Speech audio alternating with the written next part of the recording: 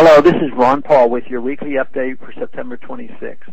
The Palestinian Authority's recent announcement that it would seek UN recognition as an independent state dominated the news and the political debate in the United States last week, though in truth it should mean very little to us. Only a political class harboring the illusion it can run the world obsesses over the aspirations of a tiny population on a tiny piece of land thousands of miles away.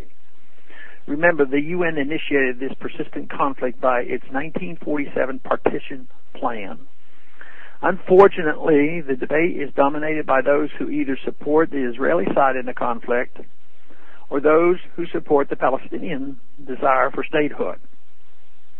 We rarely seem to hear the view of those who support the U.S. side and U.S. interests. I'm on that side. I believe that we can no longer police the world. We can no longer bribe the Israelis and the Palestinians to continue an endless peace process that goes nowhere.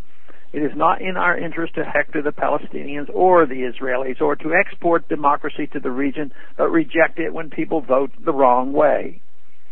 I have reservations for the Palestinian drive for UN recognition.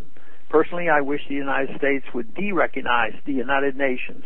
As most readers already know, in every Congress I introduce legislation to end our membership in that organization.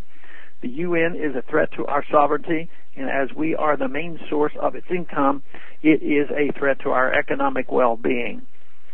Increasingly over the past several years, we see the United Nations providing political and legal cover for the military aspirations of interventionists rather than serving as an international forum to preserve peace. Neoconservatives in the U.S. have grown to love the United Nations as they co-opt the organization under the guise of endless reform.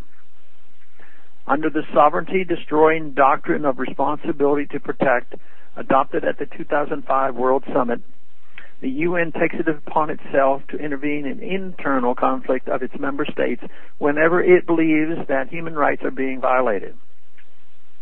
Thus, under responsibility to protect, the UN provides the green light for a kind of global no-knock raid on any sovereign country. I would personally counsel, if asked, the Palestinians to avoid the United Nations. UN membership and participating is no guarantee that sovereignty will be respected.